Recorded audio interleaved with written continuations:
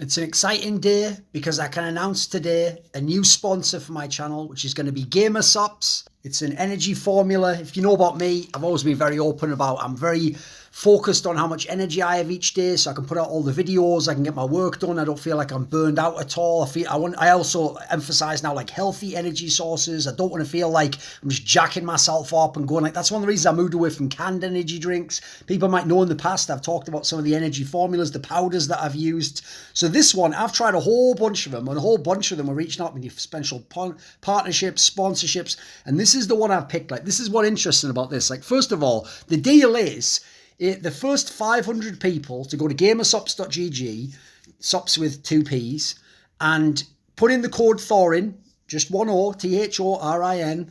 You put that in, the first 500 get worldwide free shipping. Literally, it can be anywhere. You can live in Timbuktu, it doesn't matter. So you can try it in that regard.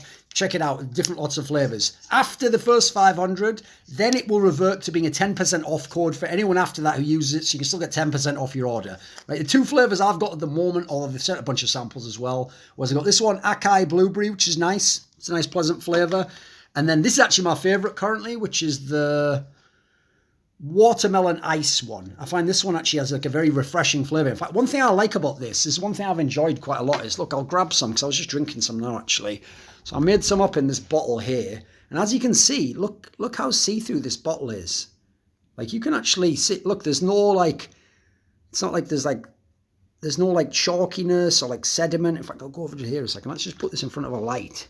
Let's have a look if that looks like you can see it's like pretty see-through. Like, there's nothing in there. And that's one of the things I noticed about a lot of the other energy powders, actually, is when you shake them up, you can shake it forever. You can put loads of water and you can shake forever. You can put exactly the amount of water they say. There'll always be that chalky little sediment on the bottom that you always look and think like, bloody hell.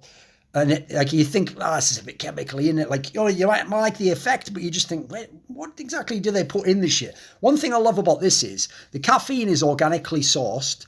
And then in terms of like, I do keto diet, so it actually is keto friendly. Like, it's 0 carbs whatsoever. Some of the other ones are like low carb, but you still probably only have 1-2 servings max of that, or you're already going to be pushing it in that regard. And in fact, I think that like aspect that I'm talking about with the aesthetic, how it looks, actually translates to the taste, because the taste is a lot more refreshing. Like, you can taste the water element a lot more. Those other ones, you might enjoy the flavor, but it's a bit intense on the other ones. I find it's a bit like, fucking hell, this is almost more like a soda. So what I like about these is it's more like, it reminds me of some of those drinks that are like ones that are supposed to be like water with like just some flavoring, more like a vitamin water type scenario. So one thing I've enjoyed about that is like the flavor is just really delicious, refreshing, doesn't taste like I'm just drinking a load of chemical crap.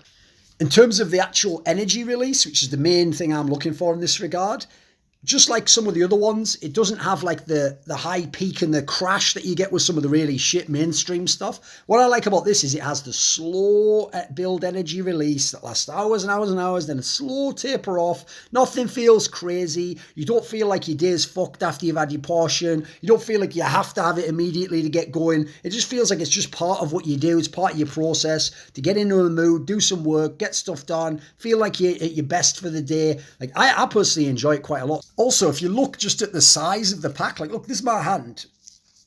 This one has 60 portions in because the scoop is smaller. You don't need as much of the stuff. I don't think there's much filler in it. That's the thing. That's why those other crap ones, like, if have all the chalkiness, you have to put loads in because they want you to feel like, oh, you're putting loads in, it must be really powerful. Like, these guys know that's some stupid stuff. So what they're doing instead is like, there's a small amount, it's more loads of bang for your buck, basically. This one has 60 portions in. Look how small it is. You can put it in your pocket if you had to, in a bag easily. This other one, slightly taller, has 100 in, also pretty small. 100 fervens. I think most of those other ones, a massive tub is like 40, because like I say, I'm pretty sure there's loads of crap filler in there. So remember, the code is Thorin, Thorin, gamersupps.gg. First 500, worldwide shipping is free. After that, 10% off. And here's some good news. This one is the video where I'm explaining my experiences, what I think about it. But the rest of the videos, they're bringing back the intros, boys. They're up for me doing some crazy stuff, really going ham with my ideas. And if you saw what I ever did for some of my past sponsors, this is going to be fun. TSM has signed former Suning Gaming Support SwordArt. For Suning, he was a captain figure. It was largely the role he played. He wasn't actually that great as a support. Quite frankly, Suning is a much better team than TSM, or is that are likely to be. So in terms of whether he actually should have left Suning, if he had a choice to stay, that's the point, is did he have a choice to stay? Like, I believe he was under salary still, like he was still contracted, hence why he had to be signed. But I would just say, in a recent episode of Rotations that I did with Peter Dunn and Clement Chu, who are experts about the LPL, particularly Clement, not only casts the LPL, but he even knew SwordArt from his days in the LMS. Clement pointed out that SwordArt is 23, almost 24, and basically, if you make it to about 26, which would be a couple of years from now, when I think his contract was due to run out, you're essentially considered washed up or done if you're an LPL player. Like, they've just got so much talent there, they're not going to keep you, especially if any of your mechanics have got a bit dodgy, which is his case.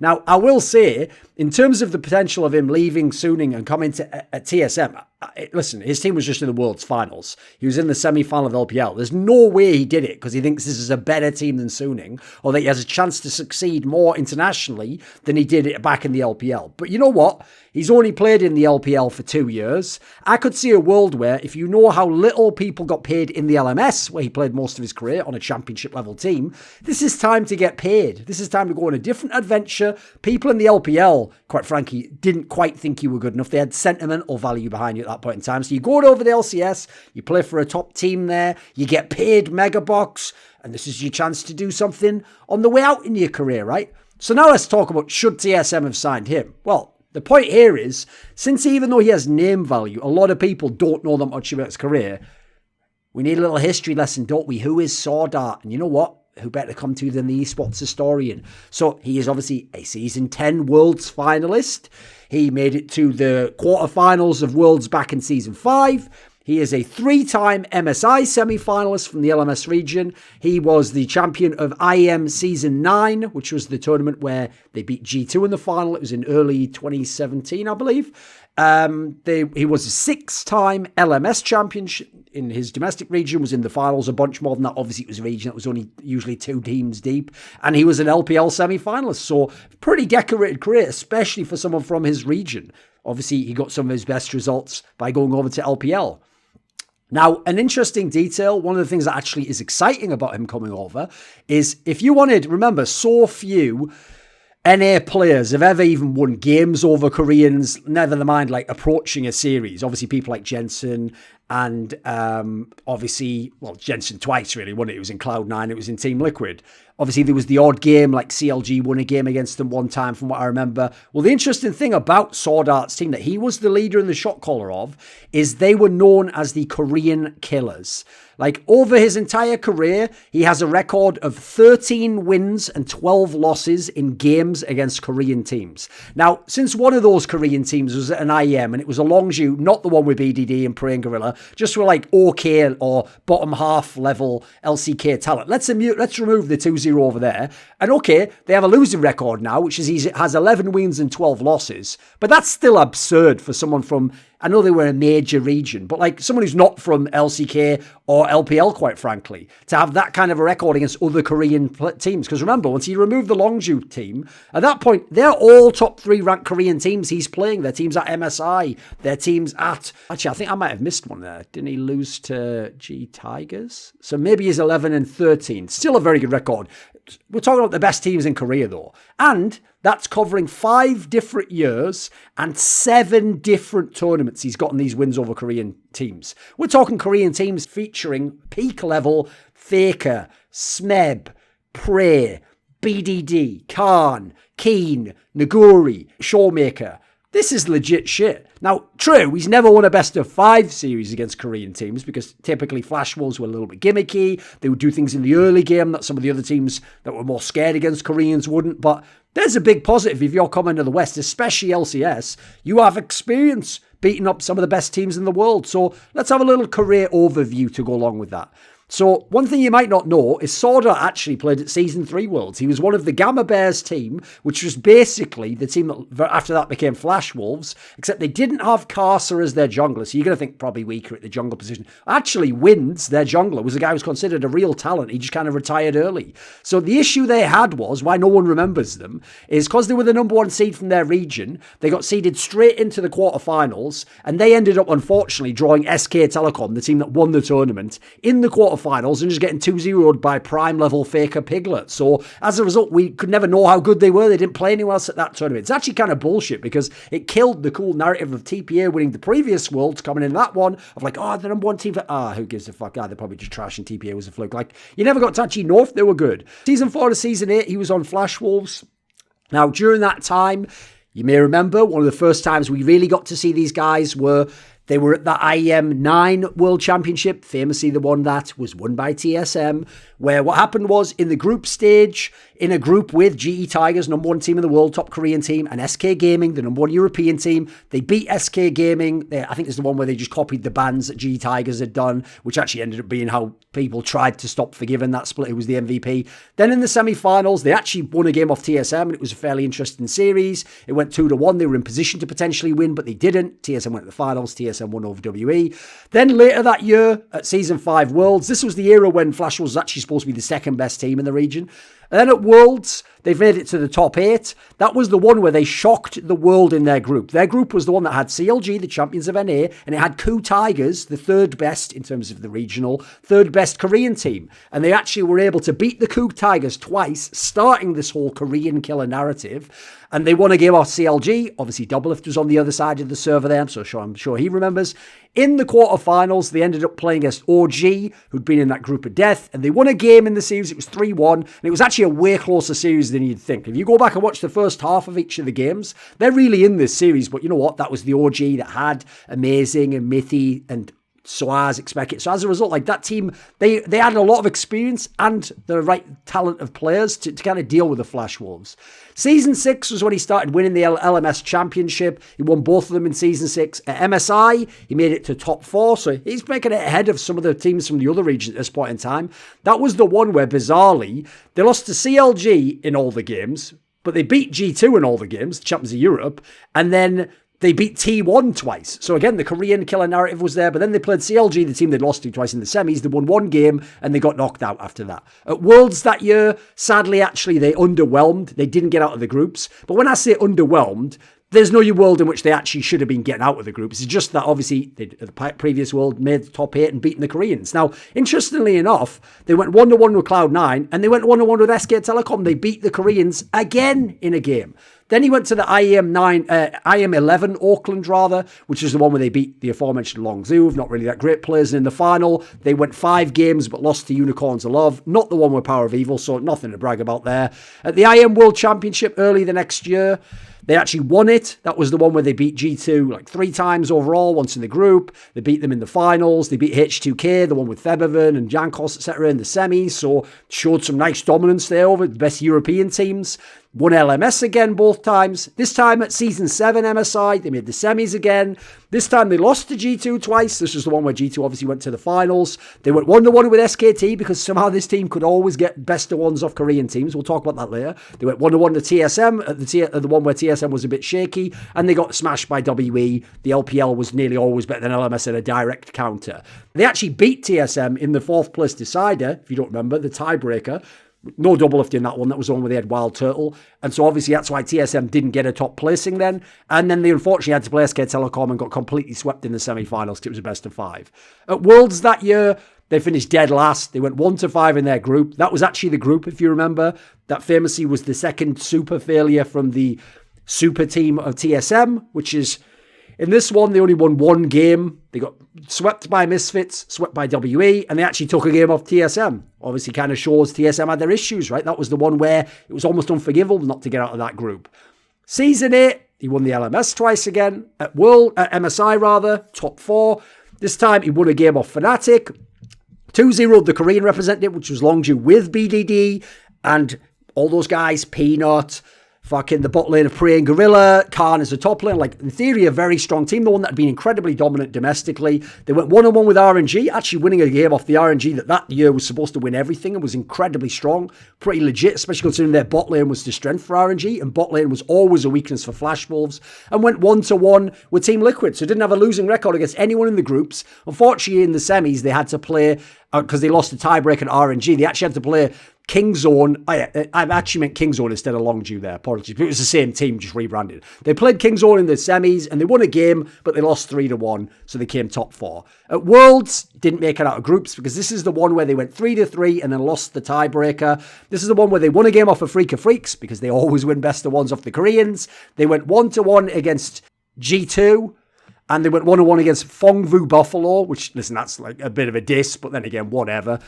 Then they lost the best of one at G2, though, and that was the G2 team that then went on to beat RNG and had their little run to semis. So if they lose that game, it just doesn't happen right there. That was actually the time where I remember Kelsey thought they'd get out of groups. A bunch of the regional experts from that region thought they had a good chance. Flash Wolves was even scrimming RNG. People said in scrims they were consistent. Just one where one best of one cost them. Still beat the Koreans. At the end of season 8, he goes over to the LPL. People had always wanted to see Karsa, Maple, and SwordArt play in the LPL. They're from Taiwan, obviously. And he came over with Maple to the same team, his mid from Flash Wolves. Karsa, obviously, at the time, was in RNG already. He played with SMLZ as his AD carry, a guy who'd been hyped for many years. Like, he can be an Uzi eye, but he just kind of never delivered on it. Didn't on this team either. They started pretty decently. They actually got some decent wins. They beat EDG. They got 3rd at the Demacia Cup Winter. But actually, you saw it in the LPL, this first lineup was really bad. They were 10th in spring, not even in the playoffs. In the summer, they made the playoffs, just made 7th to 8th. But they brought in Fluid Wind, who actually was one of the Flash World coaches for many years. And so you had some kind of backup in that regard. Then, the spring the next year, they only finished 11th place. This was actually when they kicked out Maple, replaced it with Angel, who obviously was there for this year. They got SOFM as their jungler, and they got Bin as their top laner, and Huanfeng as their AD carry. In the summer was when they finished 4th. They had to play top, unfortunately, in the semis. And in the playoffs, they finished 3rd in the playoffs, apologies. And then it's the regional where, obviously, they shocked the world. They won the regional. That was a regional that had IG and the likes of that in it. So, Season 10 Worlds, well, you know they finished runner-up. It just happened now. They won their group with a 4-2 score, a group that had G2 and Team Liquid and Machi. They beat Jingdong Gaming, the second best team from China, one of the favourites for Worlds, 3-1 in the round of 8. They beat Top, arguably the number 1 favourite for Worlds, number 1 seed from China, 3-1 in the semis and avenged the semi-final loss from LPL. And in the final, they lost 3-1 to Damwon Gaming, but they won a game and it was certainly close, even though it was a bit of a clown fiesta in some of the games. Now, as a bot laner, if you go back, the problem is, whenever he was in LMS, he never had good bot lane partners. He had that guy NL, who just wasn't particularly good. From 2013 to 2016, it was a clear weakness on the team. Then in 2017 on, he had Betty, also wasn't that good. He was just an okay player at best. And it wasn't until he got to SMLZ that he was supposed to have a good AD carry, but SMLZ had his issues. And then he got Huanfeng, but that was already when somewhat SwordArt was kind of washed at that point in time and his great potential as a support had gone. So the key thing about SwordArt is he has always been an engage/hook champ player. That's who he is. So you expect to see him play Thresh, Tom Kench, Alistair, Leona, Nautilus, Rakan. He's the guy who's going to engage. He even had a pretty decent Morgana at one point in time, although Mage Champions famously was some of his issues. His main strength has always been as a shot caller. Remember, he had guys like Karsa and Maple, the mid-jungle synergy that was strong and could actually compete even with Koreans and Westerners, but he was there to shot call. He was there to strategically help the team. The issue is this. His prime is long gone. I mean, I actually told some of the Western teams, some of the top Western teams, after Season 5 World, you've got to sign some of these players. You've got to sign Karsa, Maple, or SwordArt. Like, the problem is, no one cared or listened. They were all like, oh, who are they, fucking Chinese or something? Which, by the way, don't make that mistake. Won't go into that any further. But mainly, I said it because you could tell with eye test they had skills and that the only unique approach. And they understood how to already combat some of these Western and Korean teams. And more importantly, they were super cheap. They used to get paid fuck all. But as usual, idiots only buy when the name value goes high in LCS. So at Worlds, as I talked about in the rotations episode, Peter Dunn actually and Clement gave some interesting talk. What they said was Peter Dunn gave him a comparison to Ignar, where he's an aggressive engage player. He's not afraid to go in and create that engage. The issue is he had to dial that back a little bit on Suning compared to Flash Wolves. I mean, he's just not as strong anymore and he's playing the fucking LPL. Then I would just say this. Go look at his champions, and they heavily played into his wheelhouse of champions in a way that actually was somewhat avoiding the meta. Like, some of these are champions played, but the way he played them was like he just had to be on these champions, and that is somewhat alarming if you want him to be a world-class support, because In 10 of the 12 wins that Suning had at Worlds, something like 6 of them were on Leona and 4 of them were on Bard. Now, 6 Leona games at Worlds accounts for 1/4 of the total Leona games played in the entire tournament. 4 Bard games accounts for almost half of the Bard games played at the tournament. His other 2 wins, Rakan and Thresh. Now, are they all super meta? Think of the other supports that were being played in the playoffs that he wasn't either able to play or get a win on. There was Nautilus, there was Braum, there was Pantheon, Set, Tom Kench, his old champion, Lulu, Blitz, Karma, Taric. Like, he's either not playing them or he's not getting wins on them. One of the issues is this.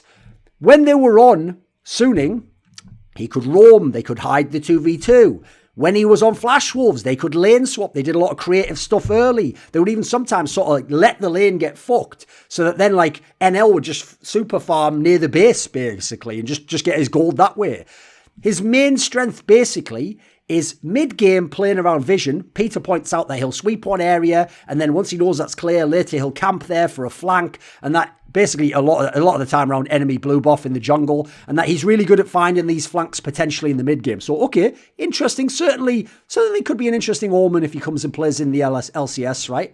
So his strengths largely are his shot calling, which, by the way, if you heard him speak in the TSM video, which in theory you could have had infinite takes to make, yes, he speaks English, and for people from Taiwan, yes, he can speak English, but he wasn't speaking super quickly. It wasn't like that fluid overall. So that is a concern if you're going to be talking a lot in the game and setting things up on the fly, which is more kind of his style, really. So, listen, I'll give you this massive positive. He's beat Koreans a ton. He's been to a Worlds final. He's won LMS many, many times. He's got lots of international experience, including MSIs, Worlds, etc. So, you know what? Yes, I agree. TSM badly needs a shot caller. I thought they always needed one.